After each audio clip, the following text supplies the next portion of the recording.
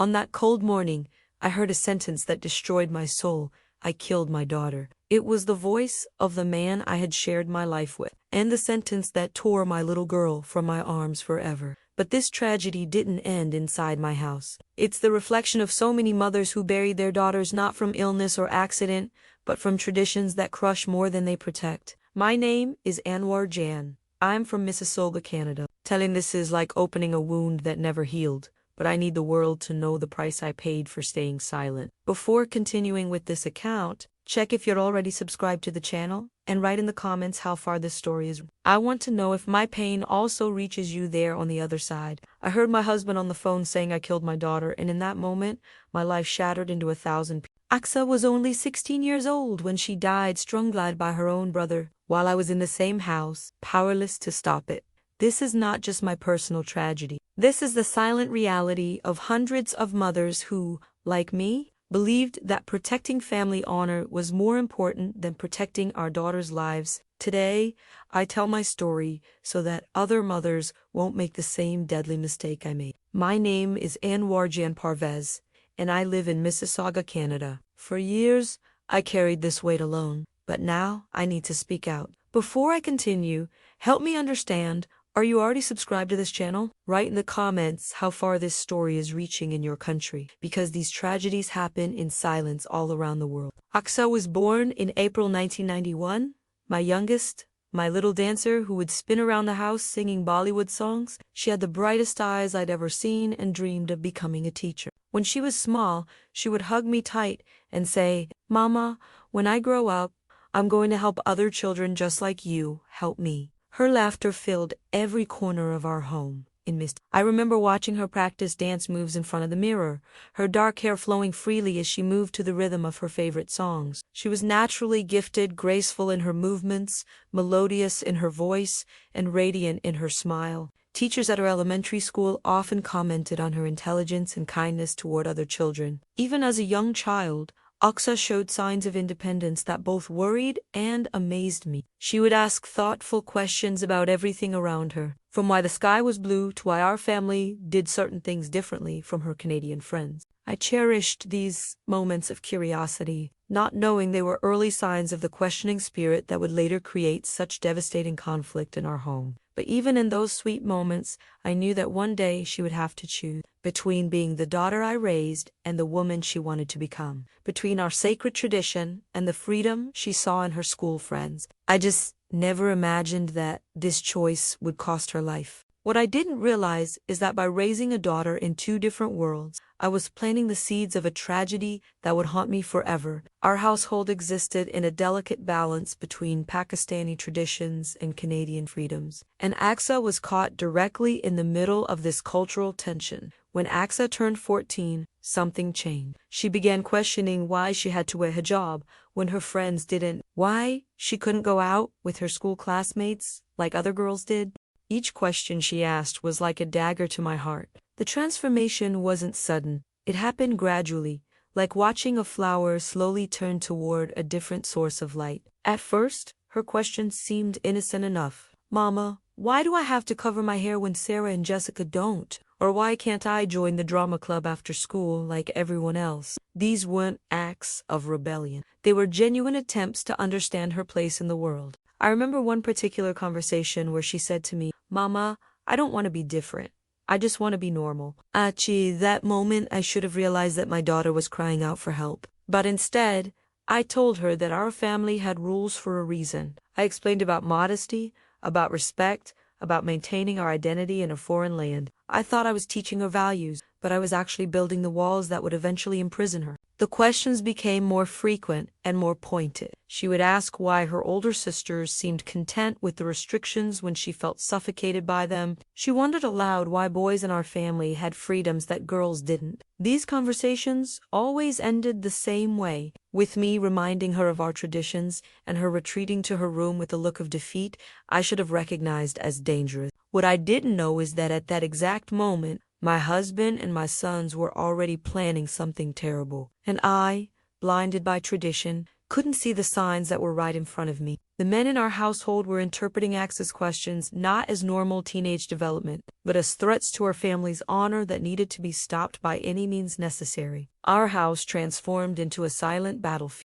Axa would leave in the morning wearing hijab and return from school with her hair loose, her face different. I knew she was changing clothes at school, but I pretended not to see. Part of me even understood why. The daily routine became a carefully choreographed dance of deception. Every morning, I would watch my daughter dress in the modest clothes we required, wrap her hijab carefully around her head, and kiss me goodbye with what I now recognize as profound sadness in her eyes. She would return each afternoon, seemingly the same obedient daughter. But I could sense the weight of living two separate lives pressing down on her young shoulders. But my husband Mohammed couldn't forgive this double life. He would check her room, go through her things, interrogate her brothers about what she did at school. The tension in our home grew heavier each day. I tried to be the bridge between them, but I was losing my daughter and my marriage at the same time. Mohammed's surveillance became increasingly intense. He would smell her clothes for unfamiliar scents, check her school bag for items that didn't belong, and even call the school occasionally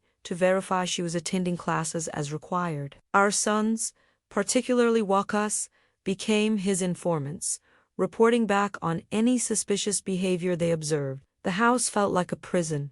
With Aksa as the primary inmate, I found myself caught in an impossible position. As a mother, I wanted to protect my daughter's happiness and allow her room to grow. As a wife in a traditional Pakistani household, I was expected to support my husband's authority without question. As a member of our tight-knit Muslim community in Mississauga, I felt pressured to maintain our family's reputation. These competing loyalties created a constant state of internal conflict that I was ill-equipped to handle. One night, I heard Aksa crying in her room. When I went to comfort her, she said something I'll never forget.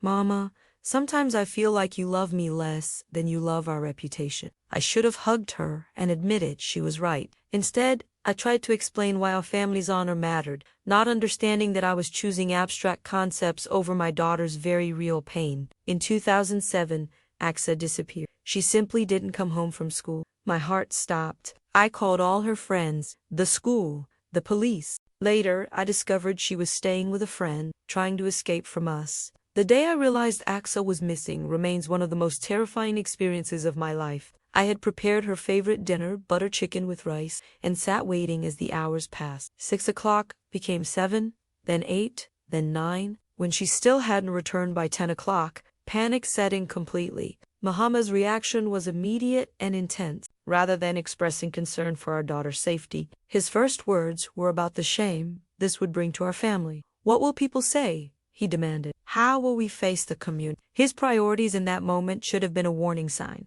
but I was too consumed with worry to analyze his response clearly. Social services became involved. She was placed in a youth shelter. 4 weeks. I couldn't sleep, couldn't eat. My daughter had preferred living with strangers rather than staying home with. As a mother, this completely destroyed me. The shelter social worker who called to update me on Axa's condition described a girl who was simultaneously relieved and heartbroken. Relieved to be free from constant surveillance and control, but heartbroken to be separated from the family she still loved despite everything. They told me she cried often, not from sadness about leaving, but from grief over the fact that leaving had been necessary. During her time at the shelter, Aksa attended school regularly, participated in counseling sessions, and even made friends with other girls in similar situations. For the first time in her life, she experienced what it felt like to make choices about her own body, her own clothes, her own social interactions. The social worker mentioned that she seemed to blossom during those weeks,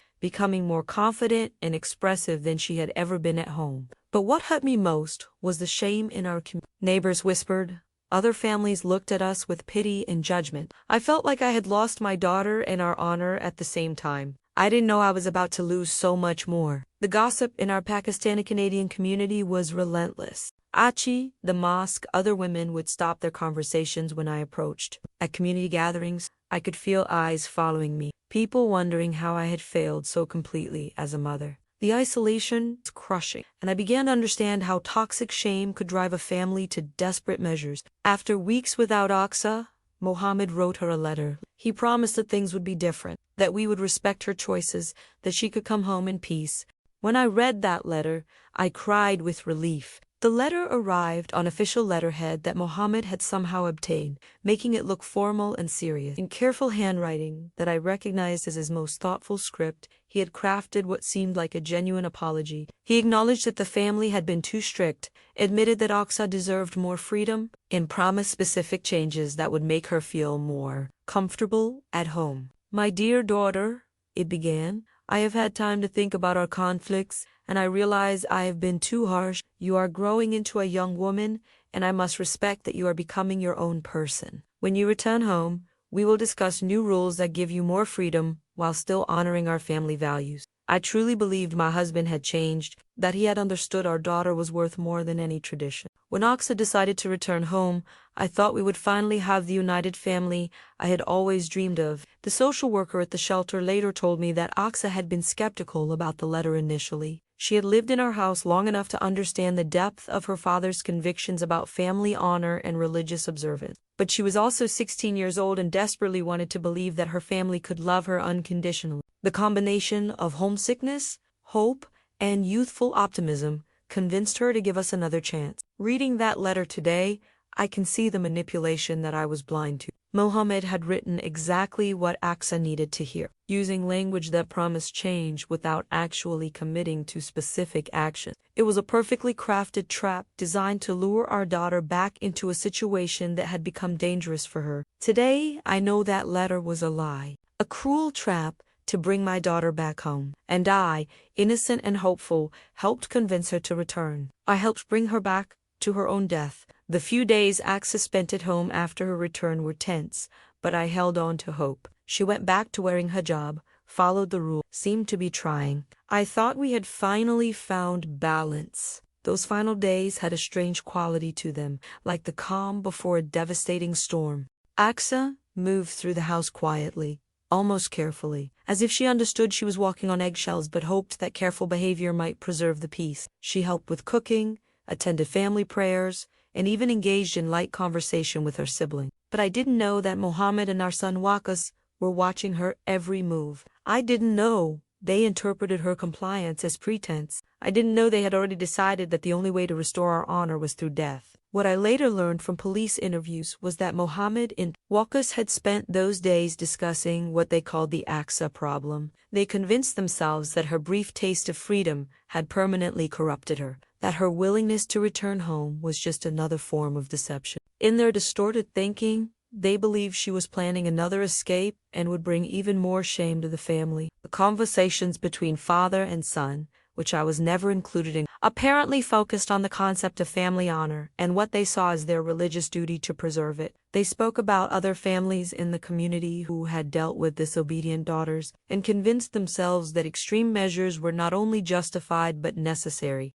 Aksa, meanwhile, was trying desperately to prove that she could live within the family's rules without sacrificing her entire sense of self. She had negotiated small compromises in her mind. She would wear hijab but choose her own colors, follow curfews but maintain friendships at school, respect religious observances but pursue her own educational goals.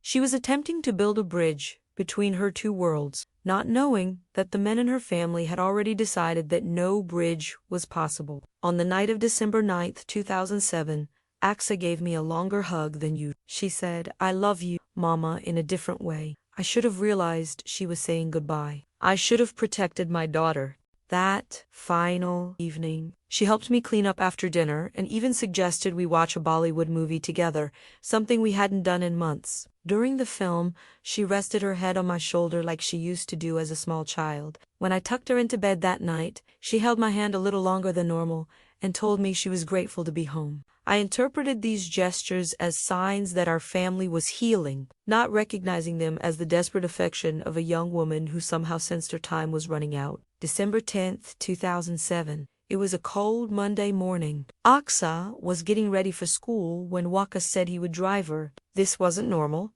but I didn't question it. Today, I regret every second I didn't question. The morning started like any other. I was in the kitchen preparing breakfast when I heard the familiar sounds of family members getting ready for their day. Aksa had been particularly quiet, during breakfast, eating her food without the usual conversation about her classes or friends. When Wakas announced he would take her to school, both Aksa and I looked surprised he had never offered this before. A few minutes after they left, they returned. I heard raised voices downstairs, strange sounds, but I was busy with morning chores. Then, a terrible silence filled the house, a silence that seemed to suck all the air away. The voices I heard were muffled, but urgent. There was the sound of furniture moving, something heavy hitting the floor, and then Axe's voice calling out in a way that made my blood run cold. But the sound stopped so quickly that I convinced myself I had imagined the worst of it. I continued folding laundry upstairs, cleaning bathrooms, doing the ordinary tasks that suddenly feel obscene when I remember them now. What I didn't understand at the time was that Wakas had never intended to take Aksa to school. Instead, he had driven around the block and returned home, telling her that he needed to pick up something he had forgotten. Once inside, the plan that he and Mohammed had developed was set into motion. It was then that I saw Mohammed pick up the phone. I heard him say, with terrifying calm, "I killed my daughter." In that moment, my world collapsed. I ran downstairs and saw my little Aksa on the floor, motionless, with purple marks around her neck. The phone call lasted less than 30 seconds. Mohammed's voice was steady, as if he were reporting a minor household accident rather than the murder of his own child. "I have killed my daughter," he said to the 911 operator. "She is in our house. Send police." Then he hung up and sat down in his chair as if nothing had happened. When I saw her lying there,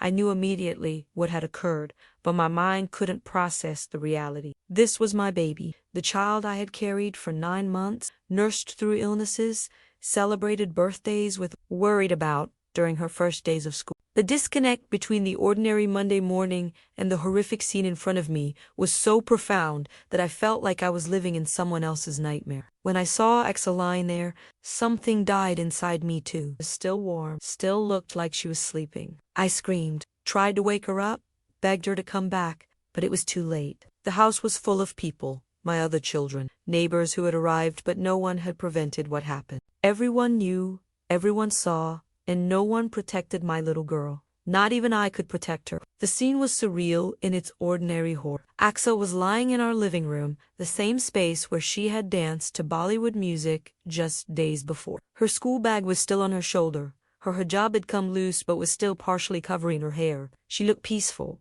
almost serene, except for the terrible bruising around her throat that told the story of her final moment. My other children stood frozen in shock. My daughters were crying silently, their hands covering their mouths as if they were afraid to make noise. My sons looked stunned, as if they couldn't believe what their brother and father had done. Neighbors began arriving, I'm not sure who called them or how they knew, and they formed a quiet circle around Axe's body, some whispering prayers, others just staring in disbelief. When the police arrived, when paramedics tried to revive her, when they took her to the hospital, I knew I would never be the same mother again. I had lost my daughter to the same tradition I had sworn to, and there was no going back. The paramedics worked on her for what felt like hours but was probably only minutes. They performed CPR, used machines I didn't understand, spoke in medical terminology that sounded like a foreign language.